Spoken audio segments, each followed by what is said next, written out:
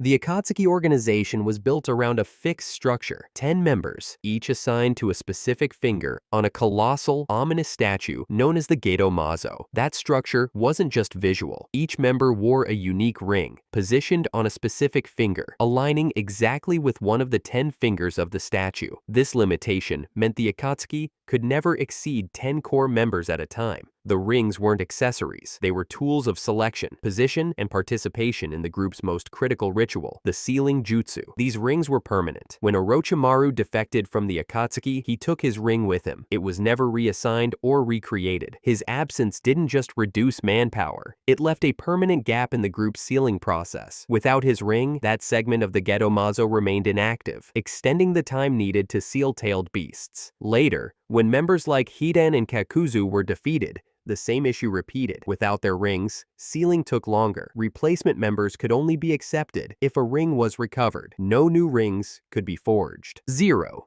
Pain's ring is placed on the right thumb, a position that naturally implies dominance and control. In Japanese esotericism and chakra philosophy, the thumb is associated with willpower and leadership. This suits Pain's character, who led the Akatsuki as its figurehead while manipulating its members from behind the scenes. The kanji engraved on his ring is Ling, translated as 0. On the surface, 0 might seem like a void, a lack of value, but symbolically, it marks the beginning of all things, the origin point before progression begins.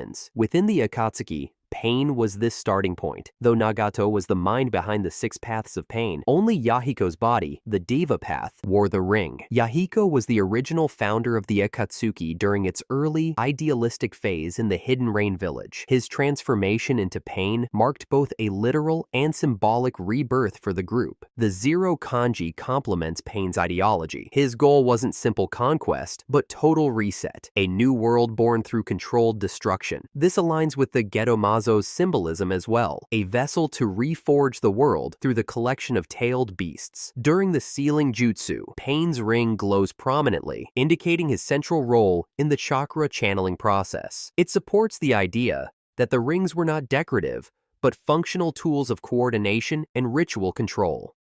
3.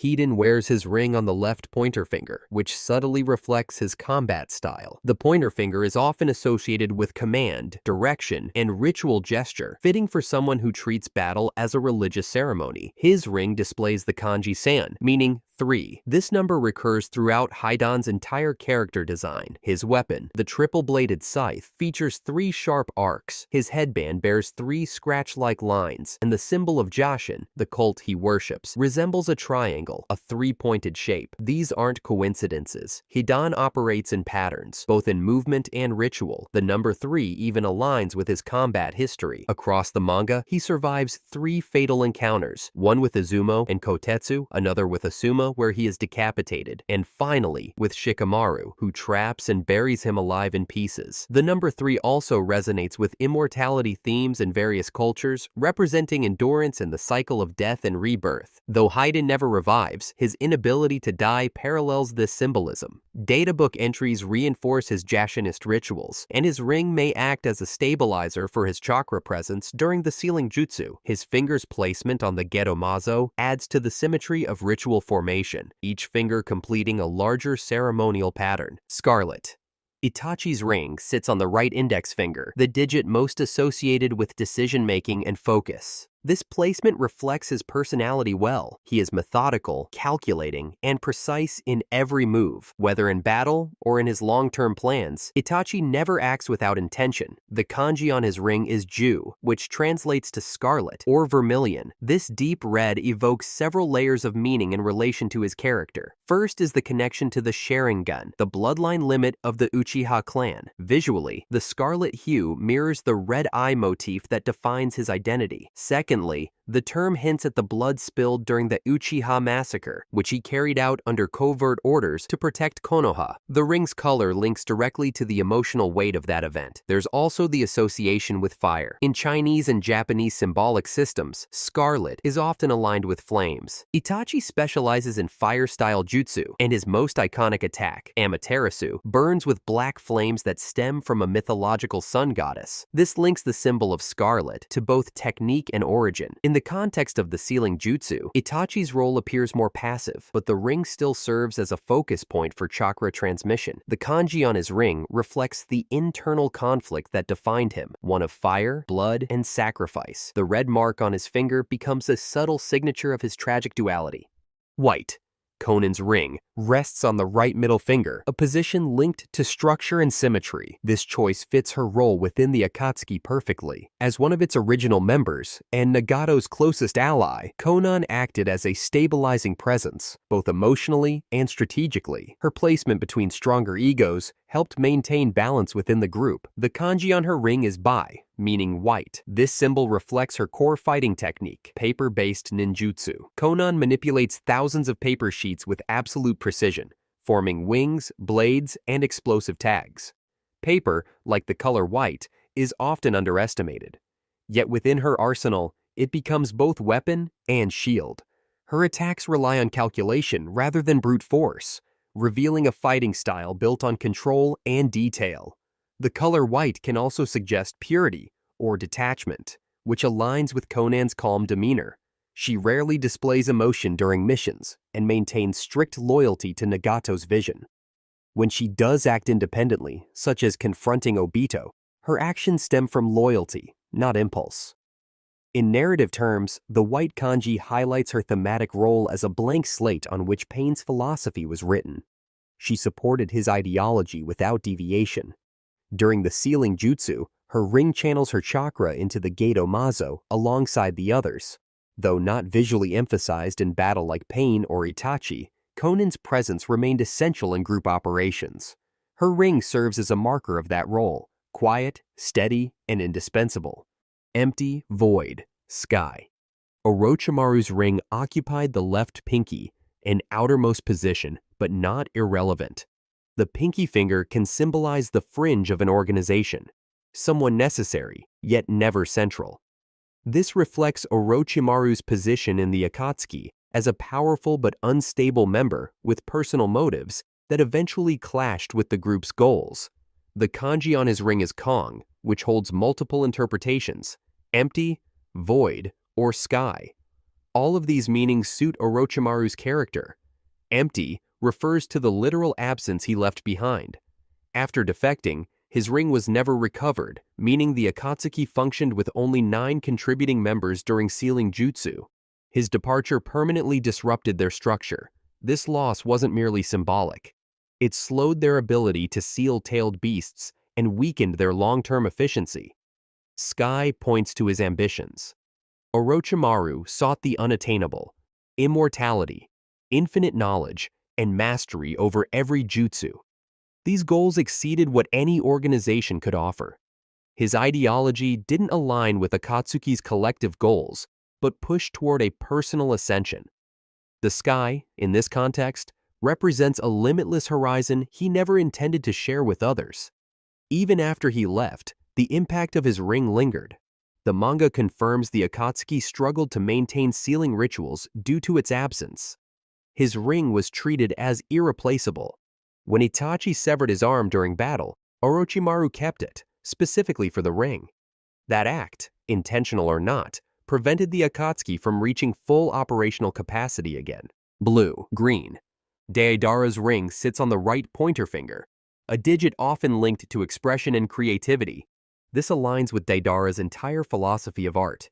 He treats every explosive creation as a fleeting masterpiece. His signature phrase, "Art is an explosion," frames destruction as an aesthetic experience. The kanji on his ring is Ching, which can be read as either blue or green. Both interpretations carry thematic weight. Blue suggests clarity and control. Deidara's ability to manipulate explosive clay with surgical precision. Green introduces vitality, linking to his energetic personality and unpredictable fighting style.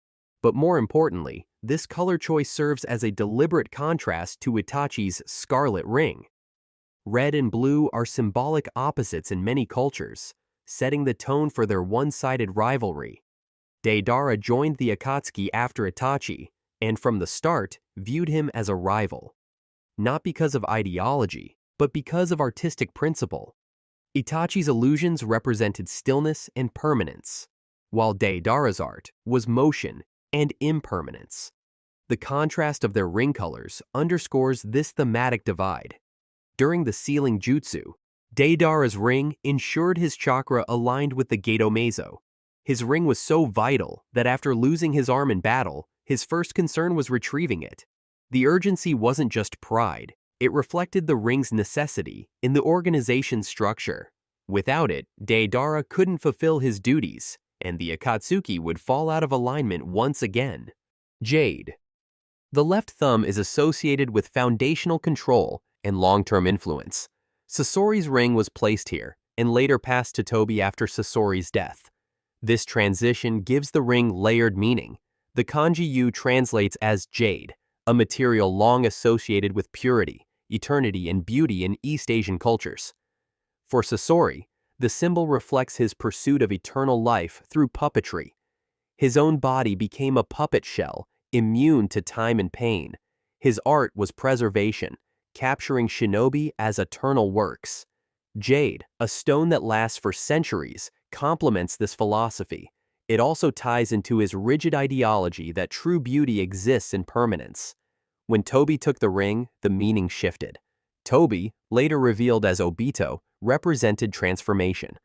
His character arc moved from idealistic youth to hidden manipulator, then ultimately to a figure seeking to reshape the world. For him, Jade suggests rebirth. The same symbol that stood for stasis with Sasori now implied change under Tobi. Narratively, the dual use of the same ring marks a pivot in Akatsuki's evolution. The group moved from mercenary operations under Sasori to large-scale ideological warfare under Tobi. The left thumb's position on the Gedo Mazo indicates influence. Whether as puppeteer or planner, both wearers directed Akatsuki's path from the shadows. Boar. Zetsu's ring occupies the right pinky, often interpreted as a minor or unnoticed position. This fits Zetsu's role as the observer, informant, and manipulator behind nearly every major Akatsuki operation. While the kanji hai is rarely shown directly in the manga, fan sources identify it as boar. Symbolically, the boar represents cunning and persistence. Zetsu's split form, white Zetsu and black Zetsu, matches this duality. White Zetsu operates as the scout and comic relief, while black Zetsu serves as the will of Kaguya, manipulating events over centuries. The boar's traits of endurance and strategy mirror this long game. Zetsu rarely fights directly. Instead, he gathers intelligence, disposes of corpses, and monitors tailed beast activity. In the Sealing Jutsu, his participation helps sustain the link between Akatsuki members. Despite being overlooked by others, Zetsu maintains the network that keeps Akatsuki operations functional. Fan theories expand his symbolism. Some link the boar to the hidden persistence of decay and rebirth, themes central to Zetsu's connection to Kaguya's will. Though evidence is sparse in the manga, the ring still aligns with his subtle but essential function within the organization. South. Kisame wears his ring on the left index finger, traditionally associated with leadership and direction. Though not a leader in title, Kisame guided many missions, often acting as Itachi's support and protector. His loyalty was not to a village, but to the ideals Akatsuki represented. The kanji nan means south. While this seems vague at first, it may refer to the hidden mist village located in the southern seas. Kisame's shark-like appearance and mastery of water-based jutsu support this interpretation. He fights using samahata, a sword that fuses with him through chakra absorption, reinforcing his aquatic theme. Symbolically, south is also connected to the element of water in traditional Chinese cosmology. This creates a strong alignment between his ring, his origin, and his fighting style. The directional contrast with Kakuzu's north ring may represent opposing natures within cooperative pairs. Kisame's loyalty to Itachi shows another layer of direction. While he was ruthless, he remained committed to the Akatsuki's purpose. His ring, marking him as the south pillar, positions him as a stabilizing counterforce in the team's dynamic. North. Kakuzu wears his ring on the left middle finger, associated with balance and responsibility. His kanji is bei, meaning north. This creates a conceptual mirror with Kisame's south, hinting at paired duality within Akatsuki's ranks. While the manga never confirms a deep link between their positions, the symbolism remains. North, in traditional contexts, suggests endurance and cold logic, traits embodied by Kakuzu. He treats missions like transactions. His ability to extend his life by replacing hearts fits with this symbolism, as the North often represents preservation and harsh resilience. Kakuzu's obsession with money also aligns with his methodical worldview. His partnerships rarely lasted because of his short temper. Hidan, however, survived thanks to his immortality. This forced Kakuzu into the only long-term pairing he ever maintained. In a way, his ring may represent not only direction, but his eventual constraint. In the Sealing Jutsu, his chakra contributes through the ring, even though his presence is more functional than symbolic. While less ideologically complex than others, Kakuzu's ring reflects the necessary coldness Akatsuki needed to operate as a syndicate. The North, in this case, marks not leadership, but endurance. The ring's role. The Akatsuki rings were more than identification tools. Each one was linked to a specific finger of the Gedo Mazo statue, and this alignment became essential during the 9 Phantom Dragons' Sealing Jutsu. When sealing a tailed beast, members sat on corresponding fingers, and their rings glowed with kanji symbols. This wasn't aesthetic. The glow indicated chakra synchronization between each member and the statue. Without it, the jutsu couldn't operate at full capacity. Only Nagato, as the wielder of the Rinnegan, could summon and control the Gedo Mazo, but to seal tailed beasts, he required the combined chakra of up to 10 members. Those who lacked the Rinnegan, such as Itachi, Kisame, and Deidara, channeled their chakra through the rings. These served as conduits, connecting their presence to the statue and stabilizing the ritual. This allowed remote participation, as most members weren't physically present during the sealings. When rings were lost, the process slowed. After Orochimaru left the organization, his ring was never retrieved. This gap left the sealing formation permanently incomplete. Chapter 261 of the manga confirms that sealing the one tail took longer due to missing members, with Kisame explicitly referencing Orochimaru's absence. Later, Hidan and Kakuzu's defeats caused similar delays, showing that the loss of a ring had structural consequences beyond combat. The nature of the rings suggests they weren't ordinary tools. No replacement rings were ever created. This has led to theories that the rings were forged through a unique Rinnegan-based ritual, possibly linked to ancient techniques from the Sage of the Six Paths. Their function appears too precise to be coincidental.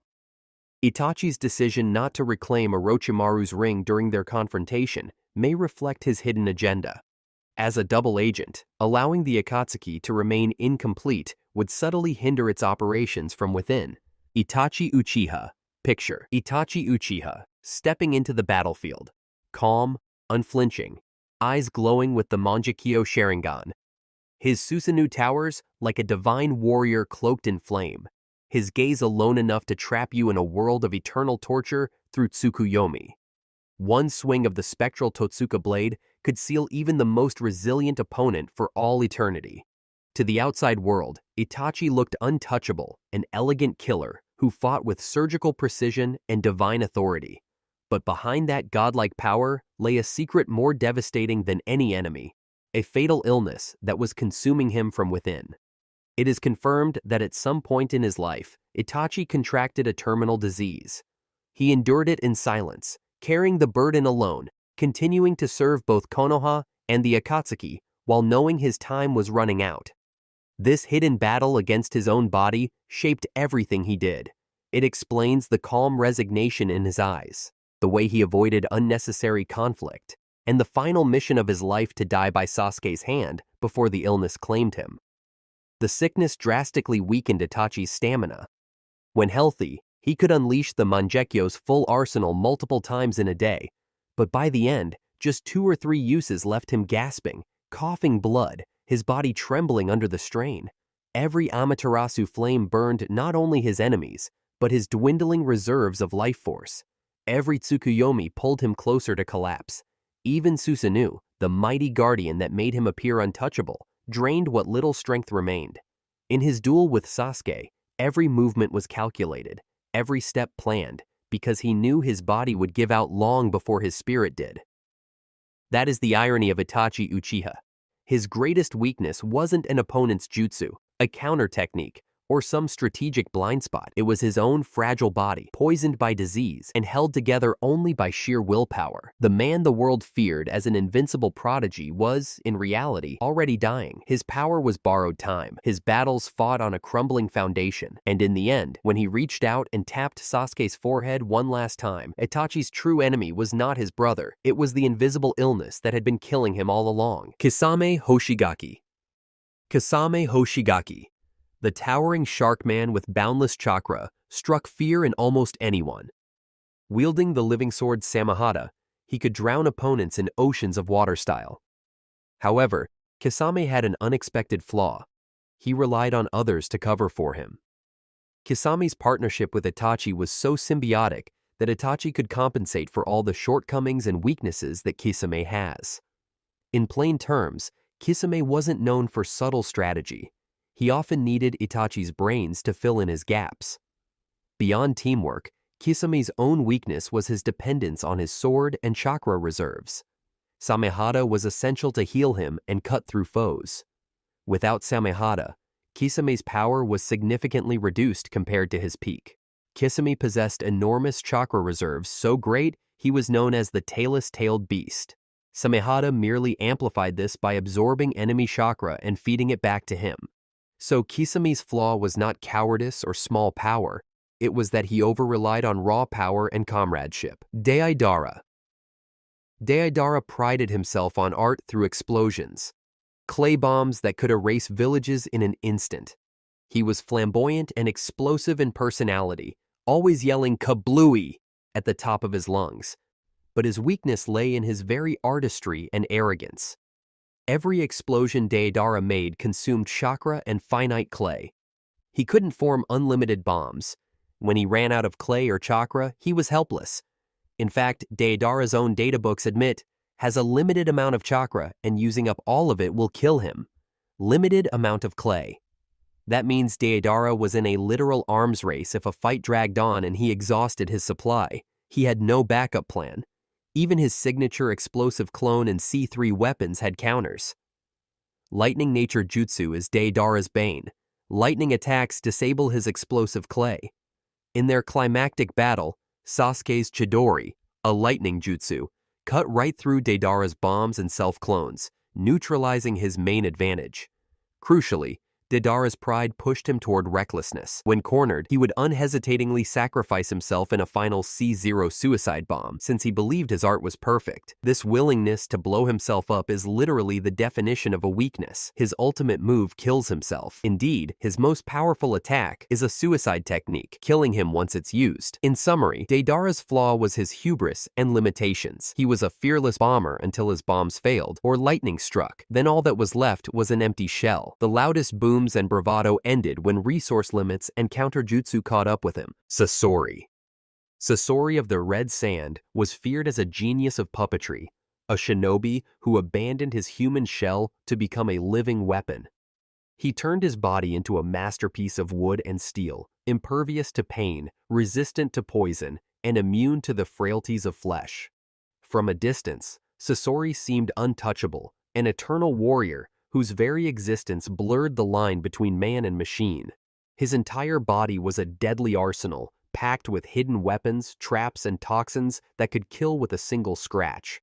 But beneath the iron and lacquered wood, Sasori still carried one secret, the last fragment of his humanity. Deep inside his chest sat a tiny core, a preserved piece of living flesh.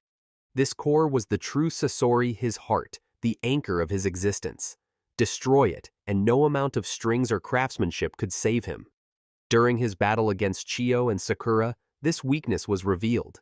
Even after his puppet body was shattered into splinters, Sasori simply shifted his core into another puppet, continuing the fight as if nothing could end him.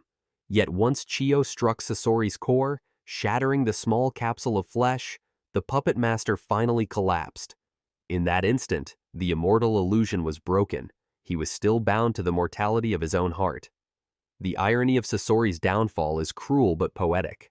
The man who sought to transcend humanity through puppetry was undone by the single fragment of humanity he refused to let go.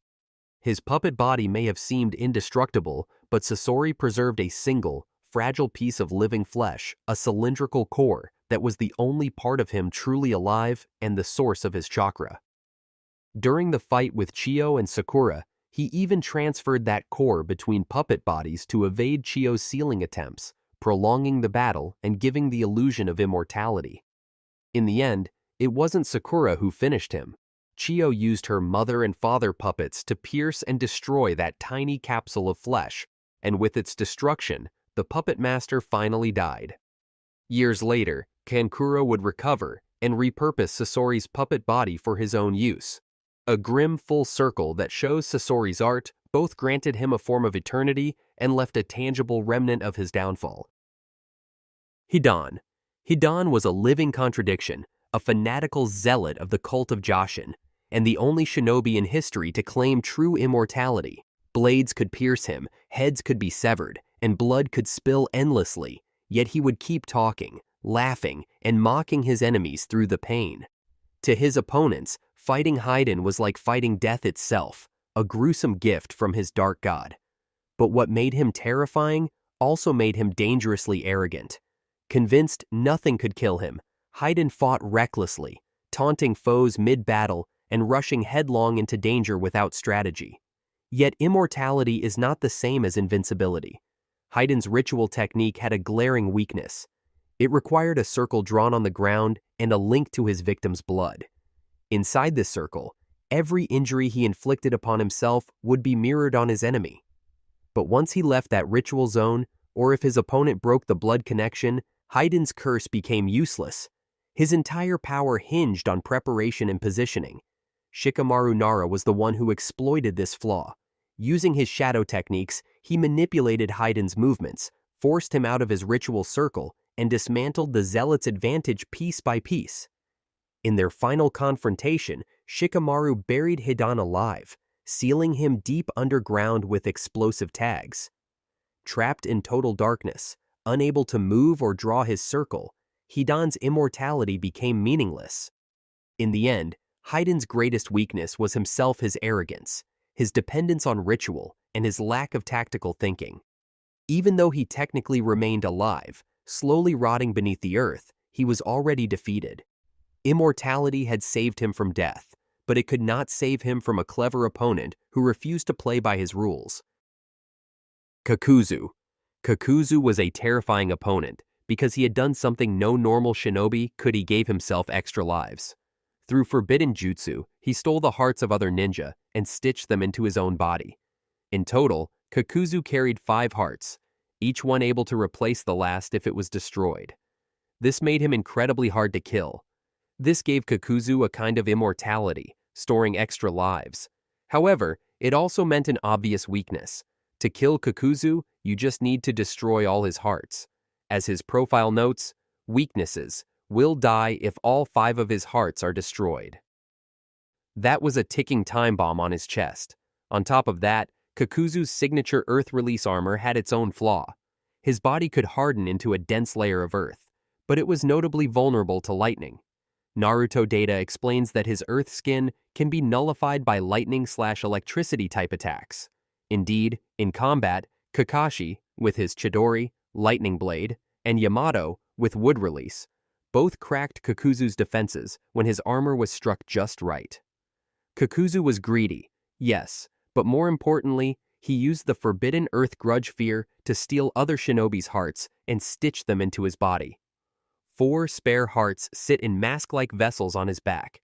Destroy all of them, and his so-called immortality ends. When Hidan stabbed Kakuzu's hearts during their fight, the immortal ninja was momentarily vulnerable. In short, Kakuzu's numerous hearts were both his strength and his fatal flaw. He was virtually unstoppable until clever opponents figured out how to eliminate each heart, one by one. Nagato/Pain. Nagato, or Pain, as the world knew him, was godlike in battle. 6 bodies, each wielding a different path power, made him nearly omnipotent. He crushed Konoha single-handedly and even killed legendary Hanzo. But the real Nagato was a far less imposing figure. In fact, he could barely move. Nagato's tragic weakness traces back to his childhood. After battle, his legs were shattered. Recounts how the demonic statue of the Outer Path implanted black receivers in Nagato's body, leaving him very emaciated, limiting his mobility. He spent his life strapped to a giant wheeled chair, dragging a holy relic of wooden wheels as his throne. In short, the diva path Nagato projected was a wheelchair-bound warlord in reality. This crippling meant Nagato's ultimate vulnerability. He was stationary and exposed. All 6 paths of pain operated by remote, but if the real Nagato were ever discovered, he could be assassinated. Indeed, Konan remained by Nagato's side until the very end, guarding his true body in their hidden tower. She wasn't an intruder in his hideout. She was his closest ally and protector, the one person Nagato fully trusted. Later, when Naruto gained the upper hand, he tracked Nagato's black receiver, the link from the diva path, straight to Nagato's body. In that final meeting, Nagato wasn't forced into surrender. He was moved by Naruto's words. Remembering Jiraiya's teachings and seeing Naruto's unwavering conviction, Nagato chose to place his faith in him. In an act of redemption, he sacrificed his life to cast Rinne Rebirth, reviving everyone who had perished in Konoha. Thus, Pain's weakness was physical frailty, the same weakness that gave him power in the first place. He projected invincibility through summoning the paths, but his human shell was shattered and frail. As Kabuto observed, despite Pain's immense power, Nagato remained fragile and needed to be carried everywhere. In the end, it was Naruto's compassion that defeated him, but it would not have even gotten that far if Nagato could stroll out of the rainy village. Konan.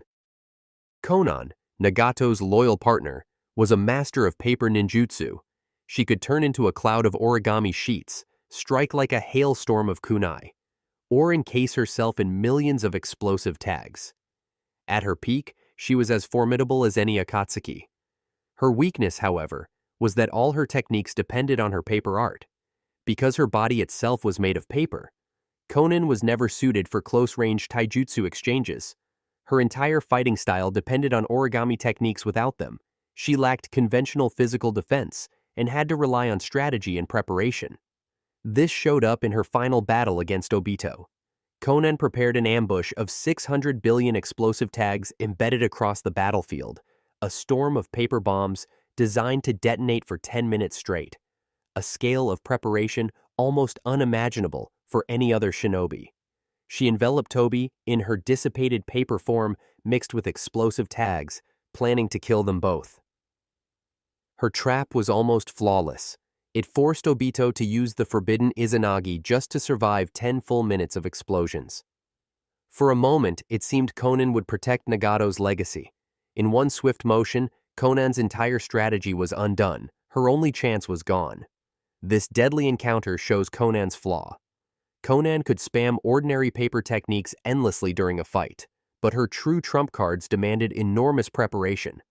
The paper ocean of 600 billion tags was a one-time gambit. If it failed, she had no chance to set it up again. That was her real weakness. Her ultimate plan had to work on the first try, or not at all. Tobi. Finally, we come to Obito Uchiha, the masked mastermind behind much of the Akatsuki. Under the name Tobi, he seemed almost omnipotent, warping space and time with Kamui, manipulating entire wars from the shadows, and eventually becoming the Ten-Tails Jinchuriki. But even Obito's powers had strings attached. His signature ability, Kamui, a space-time teleportation, has a critical drawback built in. Obito's Kamui is two-sided, but he can't use both simultaneously. If Obito phases himself into the Kamui dimension, becoming intangible, he cannot teleport at the same time, leaving him floating in place if an attack comes. Conversely, if he teleports someone or himself through space, he must be solid while doing so, exposing him to hits. This trade-off means his ultimate defense, intangibility, cannot coincide with his escape. He must choose one or the other. Clever foes like Kakashi exploited this. By mirroring Kamui with his own eye, Kakashi was able to send attacks into the Kamui dimension right when Obito phasing ended, damaging Obito despite his powers. Another twist came when Obito absorbed the Ten Tails and became its Jinchuriki. This powered him up beyond all limits, but cost him Kamui. Once transformed, he was unable to use Kamui's intangibility while a Jinchuriki. In other words, his ultimate defense disappeared.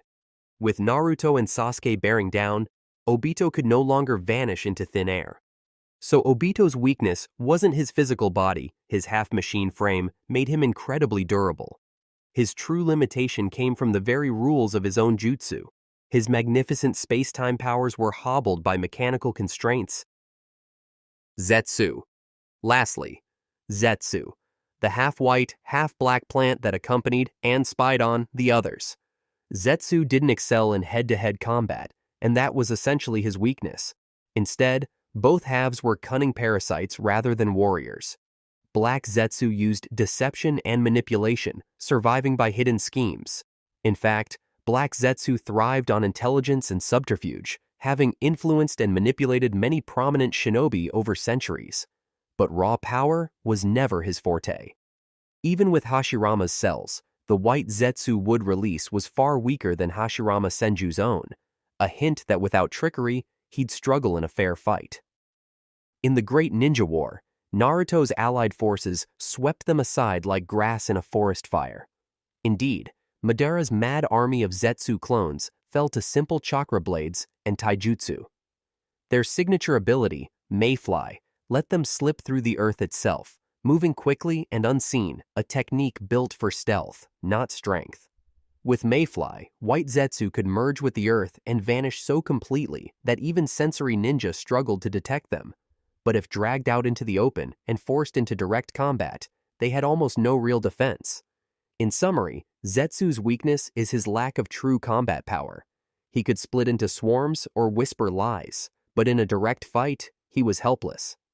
Any strong shinobi or just one who refuses to fall for his games can handle a Zetsu. He survives through numbers and secrecy, not through overwhelming jutsu. Zetsu. Starting at the very bottom, we got Zetsu, the dude that most people don't even remember how he actually died. And honestly, that's exactly why he's sitting dead last on this list. White Zetsu, his original form, got absolutely cooked by Sasuke. First, hit with Amaterasu flames, then finished off with the Susanoo blade right after Sasuke awakened the eternal Mangekyo Sharingan. Sounds epic on paper, right? But in reality, it was totally underwhelming. No drama, no real emotion, and most fans straight up forgot this even happened. White Zetsu went out like some random mob character, even though he was technically part of Akatsuki. And Black Zetsu, man, his ending was even worse. After Kaguya got sealed, Naruto literally just ripped him off her body and tossed him straight into the Chibaku Tensei. Boom, done. No last words, no iconic moment, nothing. It honestly felt like Kishimoto was like, well, final boss is wrapped up, guess I gotta clean up this guy too. Just throw him in there. You see, both deaths were completely lacking in emotional impact, adding zero weight to the story. White Zetsu died like a background extra, while Black Zetsu, the dude who had been manipulating ninja history for thousands of years, got an ending so ridiculously weak it left people saying, wait, that's it? Yeah, everybody dies. That's what people do. But I gotta say these are two of the most boring deaths in all of Akatsuki. Kakuzu. Next up we got Kakuzu, and I gotta be real with you. This is one of the most wasted deaths in all of Akatsuki. Think about it. This is a dude who literally survived every single great ninja war. Someone who actually fought first Hokage Hashirama Senju and lived to tell the tale. On paper, Kakuzu was basically immortal. 5 hearts, all chakra natures, ridiculously durable. But the way he went out? Man, it was absolutely weak, to the point where I was like, that's seriously it? The Akatsuki suppression arc started super promising. Kakuzu showed off insane power, turning into a full-blown monster with those creepy black threads and those terrifying masks blasting out different jutsu. This was the moment you're thinking, oh damn, this guy is legit. But then Naruto rolled in with the Rasen Shuriken for the very first time. And boom, two of Kakuzu's hearts got shredded in one single hit. Technically, that was crazy impressive. The first real showcase of Naruto's new power. But it also felt way too quick, way too clean.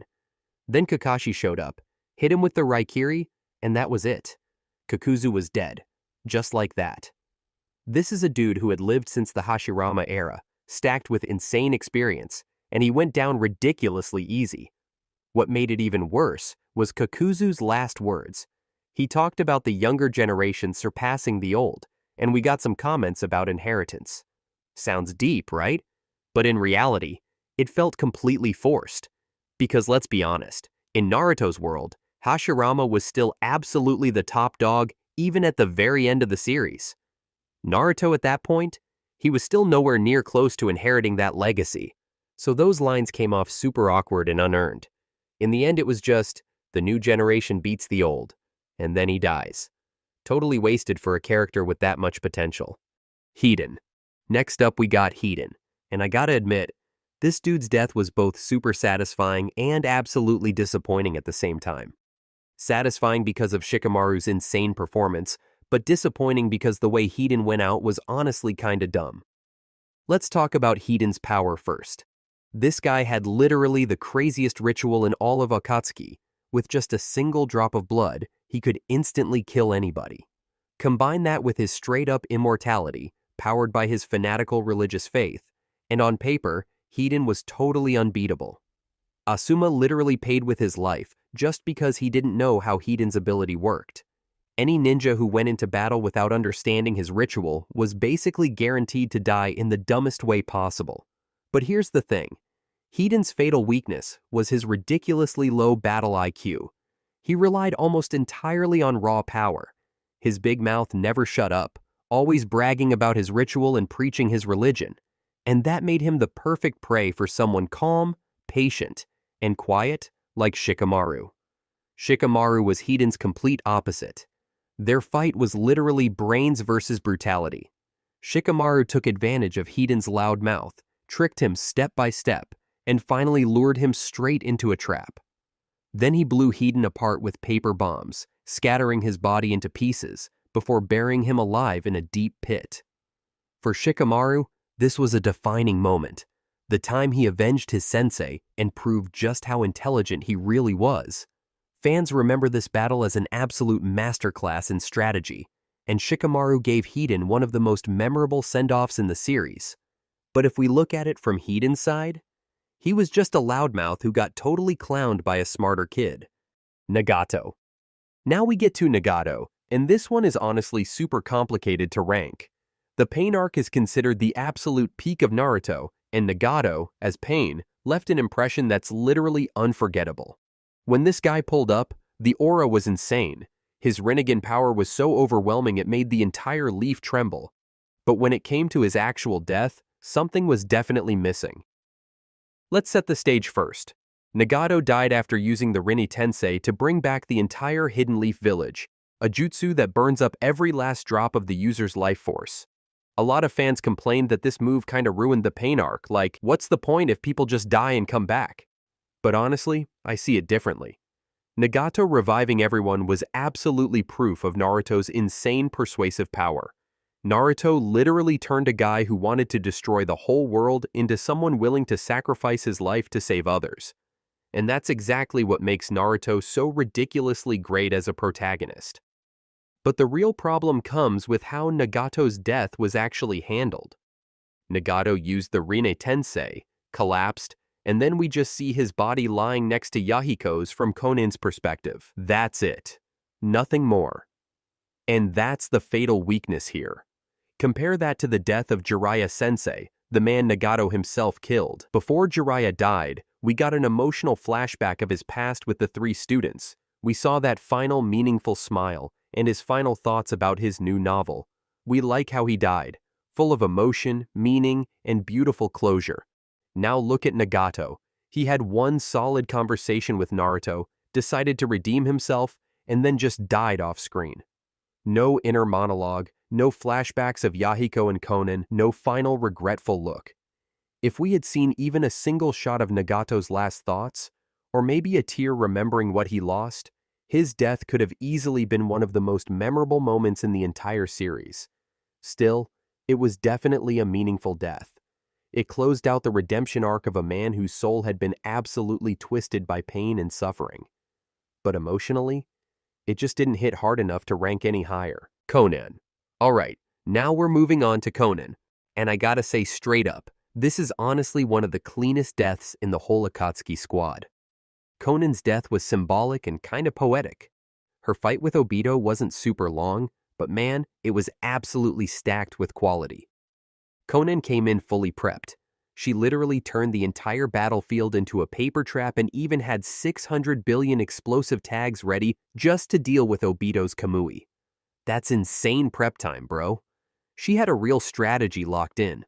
What made this fight so damn good were the constant twists. Obito thought he clutched it with Kamui, but nah, Conan had a plan B with that massive paper bomb ocean. Then when Obito was literally on the verge of death, he flipped the script with Izanagi. Every time you thought the match was done, another wild reversal.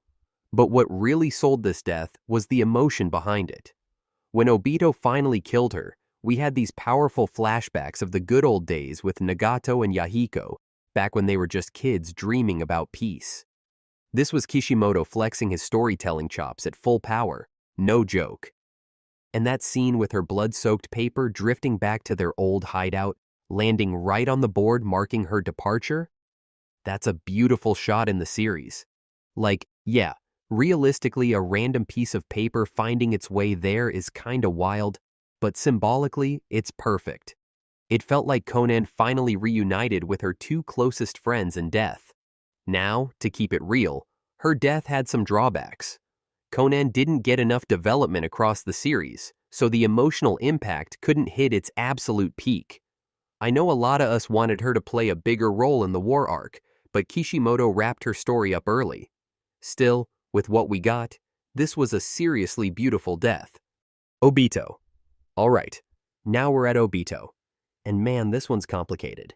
His death is both emotional and controversial, and I totally get why some of us feel so split about it. Let's hit the positives first. The scene where Obito dies inside Kaguya's dimension is honestly one of the most visually stunning moments in the whole series. Rin's spirit showing up to guide Obito and Kakashi through that insane gravity was symbolic as hell. Friendship, forgiveness, closure, all wrapped in one. And Obito finally gets to reunite with the girl. Straight up poetic. Then there's the moment he sacrifices himself to block an attack for Naruto. That was heart-crushing. Now, Obito wasn't the enemy anymore. He felt like a real brother in arms, fighting for the same goal. His words to Naruto about becoming Hokage was like him passing down the dream he had abandoned ages ago. Yeah, but here's where the problems kick in. Obito was the big bad for a long time, bro. This dude caused endless pain, killed his clan, kicked off the entire Fourth Great Ninja War, pulled the strings of the Akatsuki, and stacked up a body count in the thousands. And then, after just one heartfelt talk with Naruto, he suddenly flips sides completely? It feels way too fast. Like, we get the redemption, but the turnaround was almost unbelievably quick for a guy who'd been drowning in darkness for so long. The problem is how that redemption was shown. Kishimoto honestly felt like he was rushing to wrap things up, so Obito's switch from villain to hero came off way too sudden. Obito goes from, I'm gonna destroy the world, to I'm gonna save the world in what feels like a blink, and that makes it way harder to fully buy into. Still, I can't deny the raw emotional punch of his death scene. It absolutely hit hard. It absolutely carried symbolic weight. It's just that, with a little more setup and time to flesh it out, it could have easily been one of the greatest redemption deaths in all of Naruto. Sasori. Now we got Sasori, and I gotta be real. This is straight up one of the best written deaths in all of Akatsuki. Not because it's flashy or super bloody, but because it hits that deepest core of being human, very subtly. The fight between Sasori and Granny Chiyo was a total visual feast. Watching Sasori flex and control hundreds of puppets at once, from living, almost artistic creations to the terrifying shell of the third Kazekage, you really feel the absolute genius of a puppet master at his peak. This was a deadly art show. Sasori showed exactly why he's called Sasori of the Red Sand, why his name alone made the entire desert straight up tremble. But what really made this death legendary wasn't the fighting. It was that final moment. Sasori literally let himself get stabbed by Chiyo's attack, even though he could have dodged it no problem. And that attack wasn't random either. It came from two special puppets, modeled after his actual parents, the ones he lost when he was just a kid and had always desperately longed to be close to again. That right there was the peak of the whole fight. Sasori, the dude who literally turned his body into wood just to escape pain, chose to die in the arms of his parents. He saw the real bond between Sakura and Chiyo, how they protected each other without hesitation, and that awakened something deep inside his dried-up soul. The real tragedy of this death is how it shows that Sasori never actually lost his humanity. Like, yeah, he turned himself into a puppet to live forever, and he preached hard that true art is eternal. But in the end, he chose a temporary death just to feel family love for even a single second. That was him finally giving in to the emotions he'd been burying for years. Very few characters in all of Naruto literally let themselves get killed just because they were moved by someone else's humanity. Sasori didn't die because he got beaten. He died because he finally accepted that deep craving for connection inside him. And even in death, Sasori kept that straight-up honorable vibe. He handed Sakura info about the meeting with his spy, almost like a reward, a way to repay the genuine emotion she and Granny Chiyo showed him. His death was perfectly symbolic, perfectly meaningful, and perfectly tragic. Itachi. Now we get to Itachi, and honestly, this is the most complicated death to break down in all of Akatsuki. Not because it's the coolest death, but because of how insanely it flipped the entire narrative of the series. At first, Itachi's death felt kinda confusing. The fight with Sasuke was peaking hard. Sasuke was totally drained. Itachi was about to snatch his little bro's eyes. And then boom, he just collapses. Everyone thought he ran out of chakra, but nah. Itachi actually died from his illness, right after completing his final mission. And that last moment, he just smiled and tapped Sasuke's forehead. Iconic as hell. This is where Kishimoto's storytelling went absolutely wild. Up until that point, fans legit thought Itachi was the main villain that had to go down. Dude massacred his whole clan, tortured Sasuke with Tsukuyomi, and looked like he only cared about the Sharingan. Fans were fully rooting for Sasuke's revenge. And yeah, people felt satisfied seeing the villain drop. But here's the twist. This death only hits its real meaning after Obito drops the bomb about Itachi's true story. That's a bold-ass narrative move, letting readers misunderstand a character for so damn long, and then flipping the script completely. Once we learn Itachi's backstory, his death instantly becomes one of the most tragic moments in the whole series. Fans finally realize he was never the real villain. He was a tragic hero who literally sacrificed everything for his little brother and for the village. The impact this has on the story is absolutely undeniable. It didn't just completely flip Sasuke's whole motivation, it straight up redefined Naruto's themes of family and sacrifice. Sasuke gets thrown into the biggest identity crisis of the entire series, and that ripple effect shapes everything that comes after. That's why Itachi's death ranks so damn high. Not because the death scene itself was super flashy or beautiful, but because of the massive narrative weight it carries.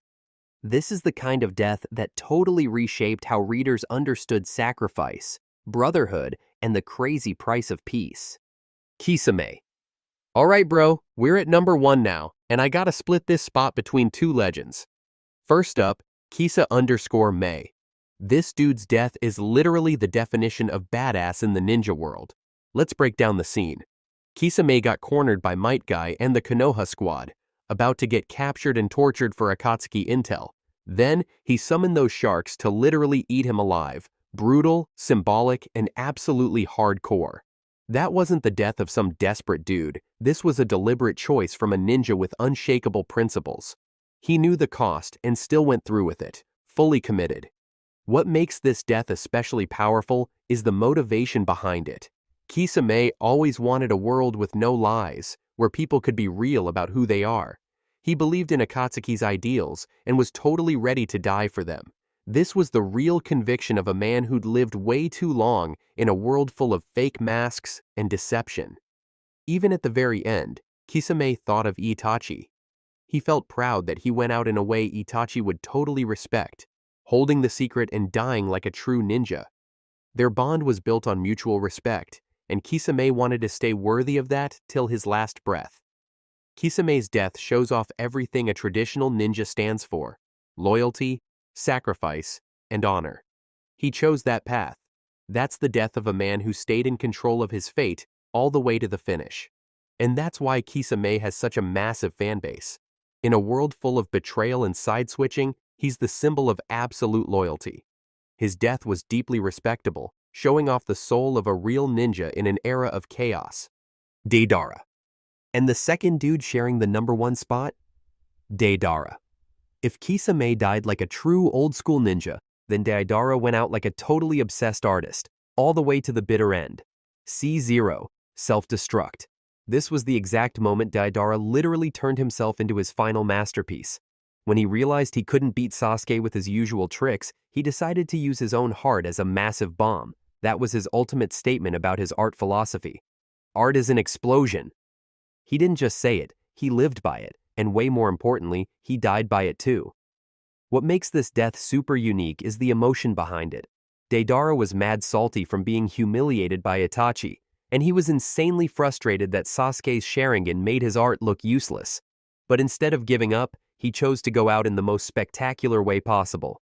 That's the ego of an artist. If he can't win, he's at least gonna leave one hell of an impression.